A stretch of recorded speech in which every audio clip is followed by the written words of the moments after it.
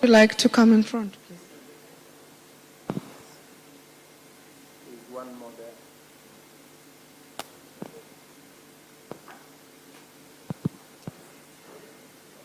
You can use whatever.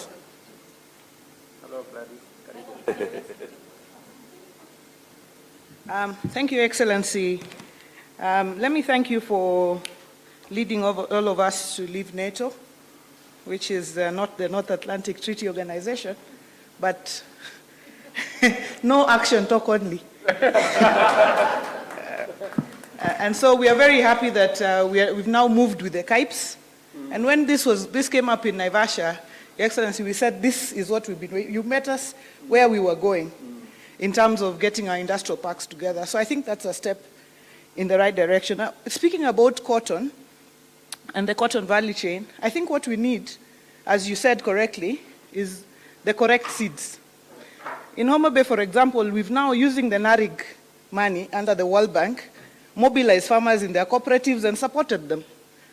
But now, we've now registered over 12,000 farmers with about 15,000 acres of land.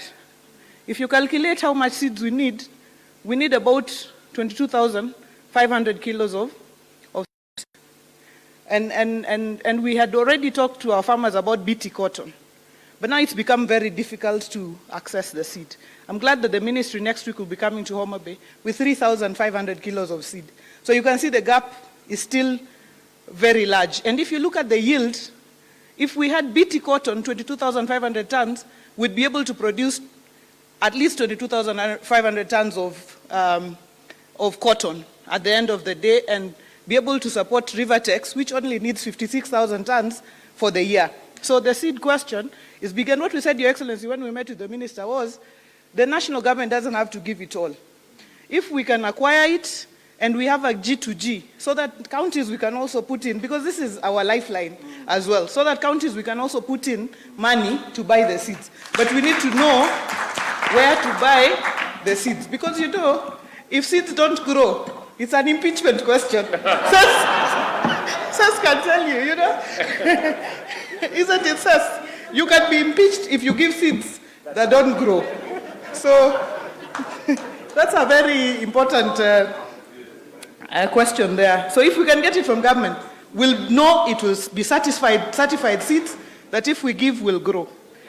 And of course now following that will be the issue of pesticides and just farmer education going forward. And then there's the issue of gening. And I think the private sector brought it out. When Homa Bay farmers grow seeds, they are gened in Salawa, in Baringo. So now, you know, seeing is believing. We know we are faith people. Faith is, you know, believing in things hoped for, but people want to see. If I know this is my ginery, I will take it there. So I think the issue of ginery is big. I want to leave that at that. And then speak briefly about edible oils. Your Excellency, I know you've spoken about Busia and we are working there, but do you know that 80% of Kenya's Lake Victoria is in Homa Bay?